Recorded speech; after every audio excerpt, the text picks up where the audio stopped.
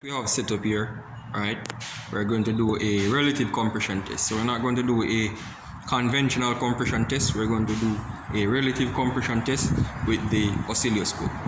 So this test is a quick and easy test rather, compression test to perform, right? So we don't have to remove the spark plugs, right?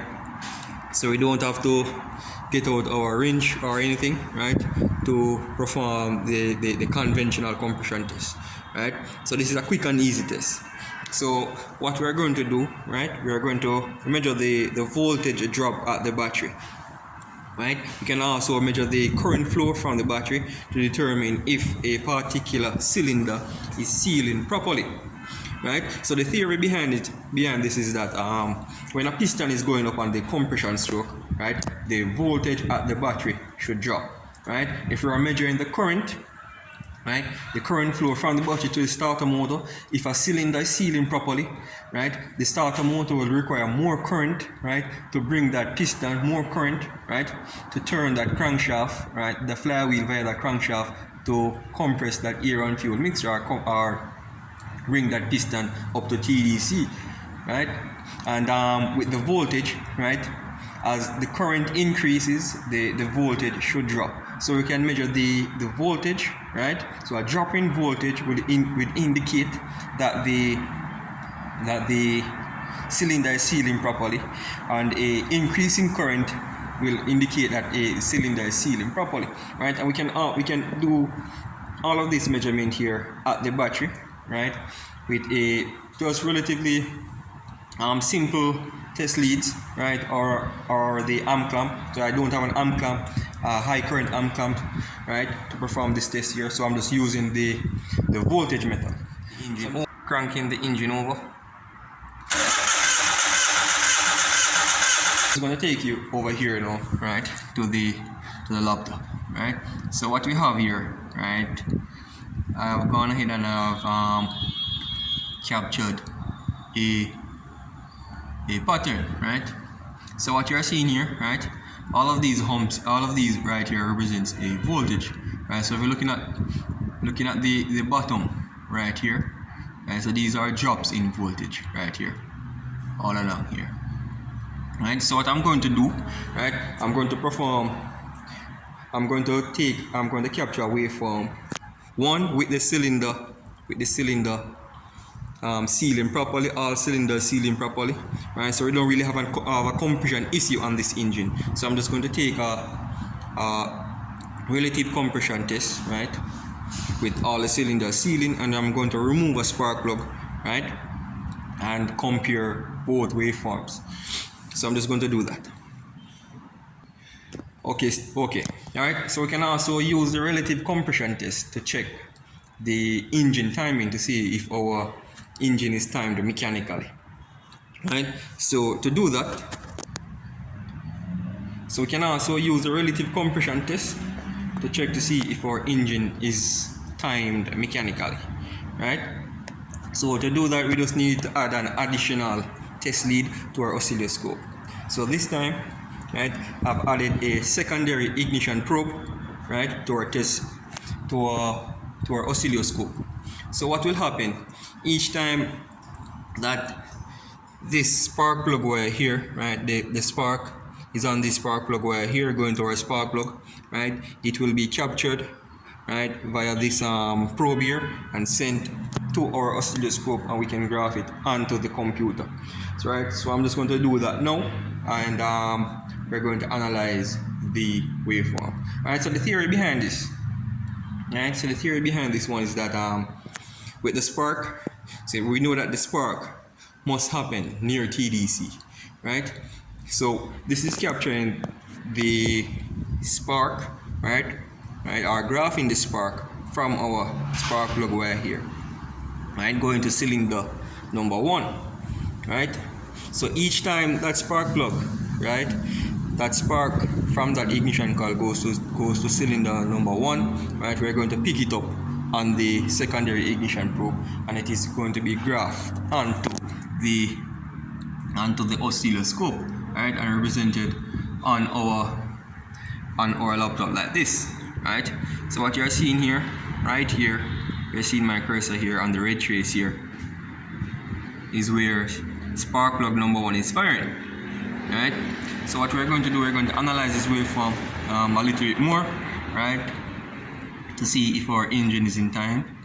Alright, so we are going to analyze both waveforms also. We're going to analyze the waveform 1 with the spark plug removed, right, and 1 without the spark plug removed, right.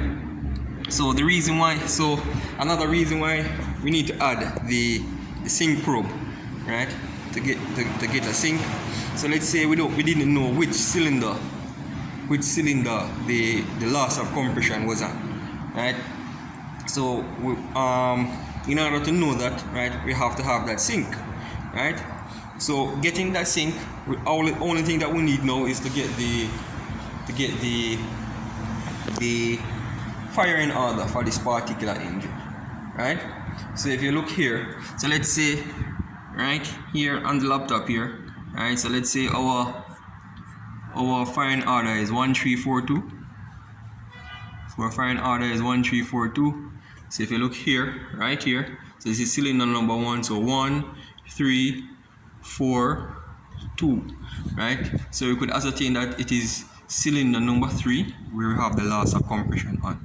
So if you just look right here, so this is cylinder number 1, and as I can see right here that the spark, right, is actually occurring right at TDC. So if the spark was all the way over here, all right, if it was all the way over here, all the way to the left or all the way to the right, we would know that cylinder, right, or the engine is not timed, right.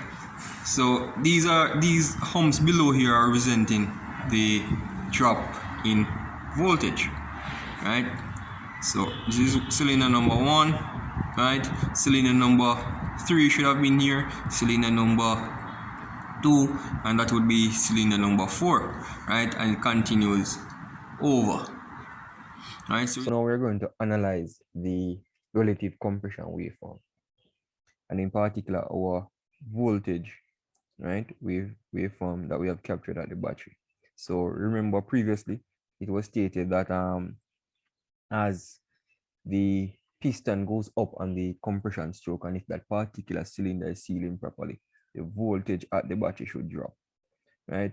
So the lower humps here that you're looking at here would represent, right, a cylinder at TDC, right.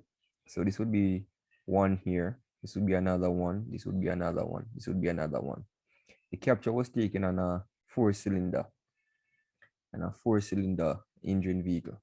So our sync that we are using here is not the ignition coil anymore, but we are using the injector, and in particular injector number 1, right.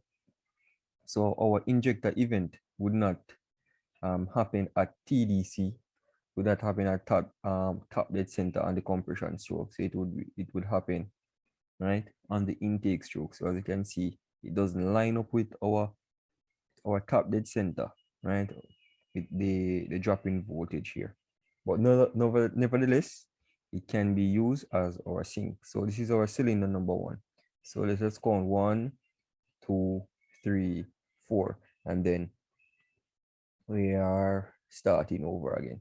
So the firing order that we're working is 1, 3, 4, 2, 1, 3, 4, 2, and then we would continue over again. So analyzing this waveform here, so this waveform was taken with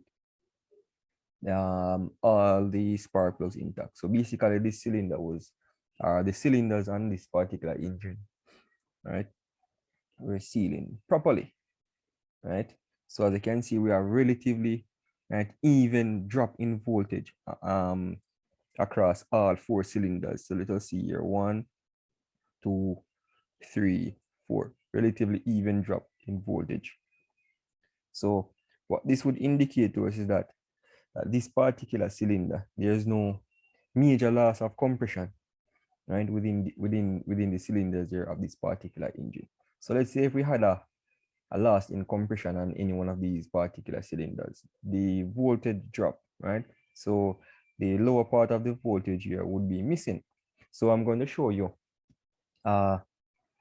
another capture that we took, right? Where we had remove a spark plug. Well, partially remove it. And we're going to show you what the waveform would look like.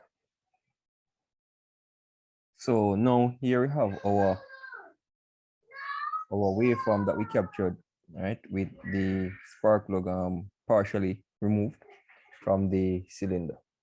And if we look closely again at our capture here, again, the red trace is our injector, right? It's connected to, we are capturing the firing event, right, of injector number one, right? So from here to here will be one complete cycle of the full stroke cycle event. So if we look again here, right, so this will represent our cylinder. So this is injector number one, right, for cylinder number one. So this would be the drop in voltage for cylinder number one. So what this will telling us, that will be telling us that cylinder number one has compression, right? And remember that again, we are measuring the voltage drop at the battery, and whenever the the piston is going up on the compression stroke, and if that particular cylinder is sealing properly, for example, the rings are good, the head gasket is fine, the valves are sealing properly, right? We should have a drop in voltage at the battery, right? So right here is representing that drop. So this would be telling us that cylinder number one here is sealing properly. But if we come over here, right, and look right within this section right here, right, something is missing, right? One of these drops one of these drop in voltage here is missing. So what this is telling us is that a particular cylinder, right, is losing compression, right, is losing compression on this particular engine. And if we move over here again, so this cylinder would be sealing, right? This cylinder here will be sealing, and this cylinder here will be sealing. So it is very important for us now to know the firing order, right, of our engine. Hence the reason why we had sync, right, to injector number one. So we have a relative position of where cylinder one is. So again, using the firing order 1 3 4 2 1 3 4 2. So we can clearly see that cylinder number three, right, is the cylinder number three is the a cylinder, right, that is losing compressions. There is no compression on cylinder number three. I'm trying to draw a three there. Right, so cylinder number three, we are losing compression on cylinder number three because what? So if you pay keen attention here again, and as you can see here, right, there is no drop in voltage, right? Right here, there's a rise in voltage, right? So again, if the cylinder is sealing properly and you're measuring the voltage at the battery, there should be a drop in voltage, right? And if it is not sealing properly, right, you're going to have a rise in voltage because the piston going up on that compression stroke, the starter motor would not be doing much work to get that piston up to TDC and the compression stroke. Hence, there will be no drop in voltage, right? And you're not going to see if you're measuring the current, you would not see any rise in current either. All right, so current would fall if you were measuring current. So current would be down here and voltage up here. So if we were correlating the two, right, right, so if the cylinder is not sealing properly, the current would fall and the voltage would rise. But because we're measuring the voltage here at the battery, as you can see, there's a rise in voltage indicating to us that that particular cylinder is not sealing properly, and it is cylinder number three based on the firing order that we're working with. So this would be cylinder one because we're synced off cylinder number one injector, right? And as you can see here, cylinder number one injector is firing, right? Right, they are both on cylinder number one right here on the intake stroke, going down on the intake stroke, right? So there you have it. So this is a quick and easy way, right, of doing a compression test, right? So you don't have to use your compression gauge, right? And do a compression test on all 4 or 6 cylinders, whatever amount of cylinders you have inside of your engine. The only drawback with this particular test is that it's not going to tell us like if it is valves that are not sealing properly, or if it is rings that aren't causing our low compression issue. And it is not going to tell us like by how much the cylinder is not holding pressure by. So it's not going to tell us that, let's say the compression pressure here is 10 psi or 40 psi or 100 psi, right? It's just telling us that there is a loss in compression, so we can easily identify a loss in compression. So as a mechanic now, you would then know that you're dealing with a loss in compression issue, rather than you're just going to do a compression test, right, hoping to find a cylinder, right, that is not sealing properly. So there you have it. Yeah, so let's just recap again what we are measuring here. We're measuring the drop in voltage, and remember that whenever the piston is going up on the compression stroke and the compression stroke, if the cylinder is sealing properly, the voltage at the bottom should drop. So these little humps below here are representing voltage drop, right? So we are having a drop in voltage here, a drop in voltage here, a drop in voltage here, but not a drop in voltage here. So if the piston is going up on the compression stroke and the cylinder is not sealing properly, you're not going to have a drop in voltage. You're going to have a rise in voltage. And if we were measuring the current, right?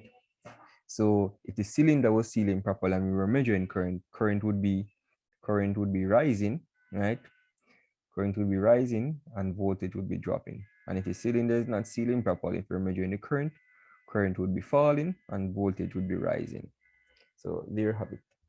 Relative compression testing, right? Or compression testing using your oscilloscope, quick and easy. So this test is going to take you less than 5 minutes to do this test. And with your conventional compression test, it would take you about to do the compression and all 4 or 5, 6 cylinders that you have.